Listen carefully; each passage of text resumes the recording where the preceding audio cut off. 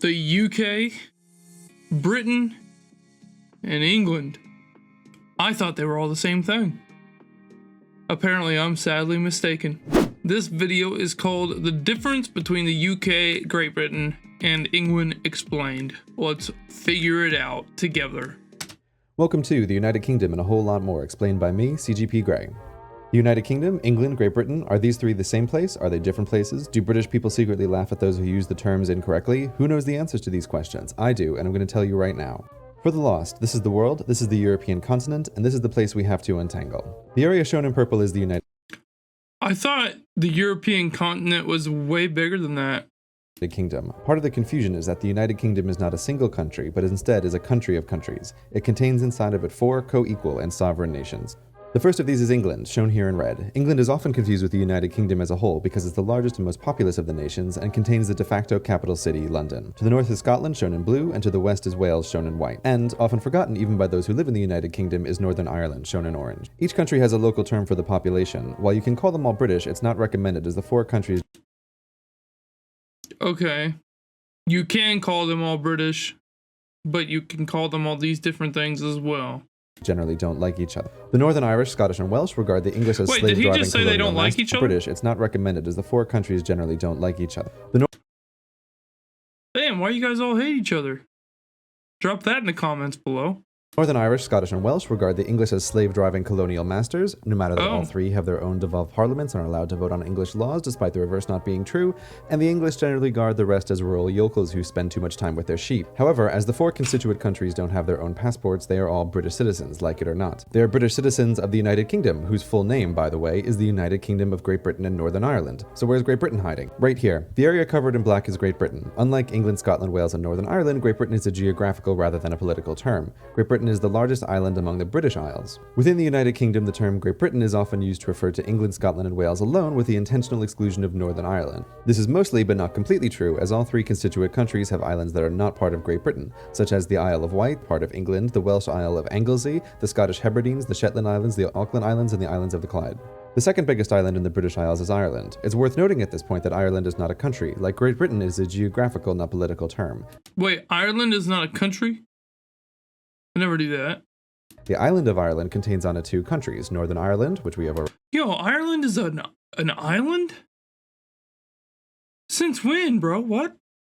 discussed, and the Republic of Ireland. When people say they are Irish, they are referring to the Republic of Ireland, which is a separate country from the United Kingdom. However, both the Republic of Ireland and the United Kingdom are members of the European Union, even though England in particular likes to pretend that it's an island in the mid-Atlantic rather than 50 kilometers off the coast of France. But that's a story for another time. To review, the 2 largest islands in the British Isles are Ireland and Great Britain. Ireland has on it 2 countries, the Republic of Ireland and Northern Ireland, while Great Britain mostly contains 3, England, Scotland, and Wales. These last 3, when combined with Northern Ireland, form the United Kingdom. There are still many unanswered questions, such as why when you travel to Canada is there British royalty on the money? To answer this, we need to talk about empire. You can't have gone to school in the English-speaking world without having learned that the British Empire once spanned a fourth of the world's land and governed nearly a fourth of the world's people. Well, it's Yeah, I'm sure we learned it, but I obviously did not pay any attention to that.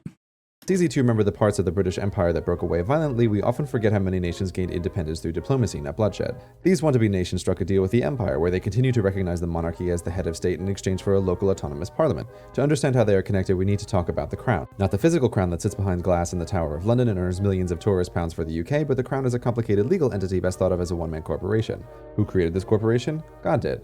According to British tradition, all power is vested in God, and the monarch is crowned in a Christian ceremony. God, however, not wanting to be bothered with micromanagement, conveniently delegates his power to an entity called the Crown. While this used to be the physical crown in the Tower of London, it evolved over time into a legal corporation sole, able to be controlled only by the ruling monarch. It's a useful reminder that the United Kingdom is still technically a theocracy, with the reigning monarch acting as both the head of state and the supreme governor of the official state religion, Anglicanism.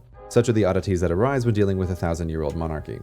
Back to Canada and the rest. The former colonies that gained their independence through diplomacy and continue to recognize the authority of the Crown are known as the Commonwealth realm. They are, in decreasing order of population, Canada, Australia, Papua New Guinea, New Zealand, Jamaica, the Solomon Islands, Belize, the Bahamas, Barbados, St. Lucia, St. Vincent and the Grenadines, Grenada, Antigua and Barbuda, St. Kitts and Nevis, and Tuvalu. Jesus Christ, bro. This guy knows how to talk fast. Yo, that's a lot of different places.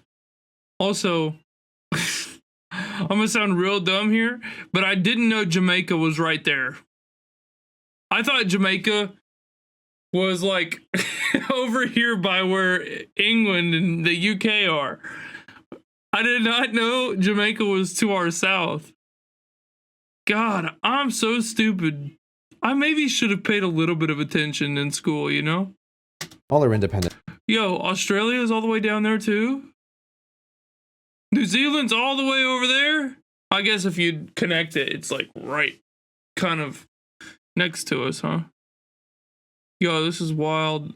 I'm so stupid. Nations but still recognize the monarchy as the head of state even though it has little real power within their borders. There are 3 further entities that belong to the crown, and these are the crown dependencies, the Isle of Man, Jersey, and Guernsey. Unlike the Commonwealth realm, they are not considered independent nations but are granted local autonomy by the crown and British citizenship by the United Kingdom, though the UK does reserve the right to overrule the laws of their local assemblies. Are we done now? Almost, but not quite. There are still a couple of loose threads, such as this place, the tiny city of Gibraltar on the southern coast of Spain, famous for its rock, its monkeys, and for causing diplomatic tension between the United Kingdom and Spain. Or what about the Falkland Islands, which caused so much tension between the United Kingdom and Argentina that they went to war over them? These places belong in the last group of crown properties known as British Overseas Territories, but their former name, Crown Colonies, gives away their origin. They are the last vestiges of the British Empire. Unlike the Commonwealth realm, they have not become independent nations and continue to rely on the United Kingdom for military and sometimes economic assistance. Like the crown dependencies, everyone born within their borders is a British citizen. The Crown Colonies are, in decreasing order of population, Bermuda, the Cayman Islands, the Turks and Caicos Islands, Gibraltar, the British Virgin Islands, Akrotiri and Dhekelia, Anguilla, St. Helena, the Ascension Islands, Tristan da Cunha, Montserrat, the British Indian Ocean Territory, the South Georgia and South Sandwich Islands, the Falkland Islands, the British Antarctic Territory, and the Pitcairn Islands. Yo, why are you talking so fast? I don't even know what the hell he just said. That's so many different places. Just calm down, guy. That's so many different places. I still ain't got a damn clue what's going on. For our final Venn diagram, the United Kingdom is a country situated on the British Isles and is part of the crown, which is controlled by the monarchy. Also part of the crown and the British Isles are the crown dependency. Wait, so the Republic of Ireland has nothing to do with the crown, then? Okay, got it. The independent nations of the former Isle of Man. That's where the races are. All right, we're starting to pick some stuff up here. Oh, the crown is over like Australia and all that stuff too? I knew Canada was underneath the crown. I didn't know like Jamaica. Yo, I had no idea about any of this shit.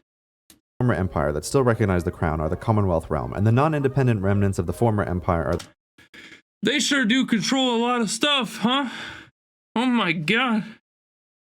The British Overseas Territories. Thank you very much for watching. Needless to say, I knew pretty much absolutely nothing. If you guys have more stuff you want me to react to, drop it down in the comments. You guys continue to make this channel grow, and I cannot tell you how much I appreciate you. If you guys like the content, go ahead and give it that like, give it the sub, and go down below and let me know what you want me to react to next. I hope you guys are liking the videos, but for now, your boy Gibbs is out. See ya.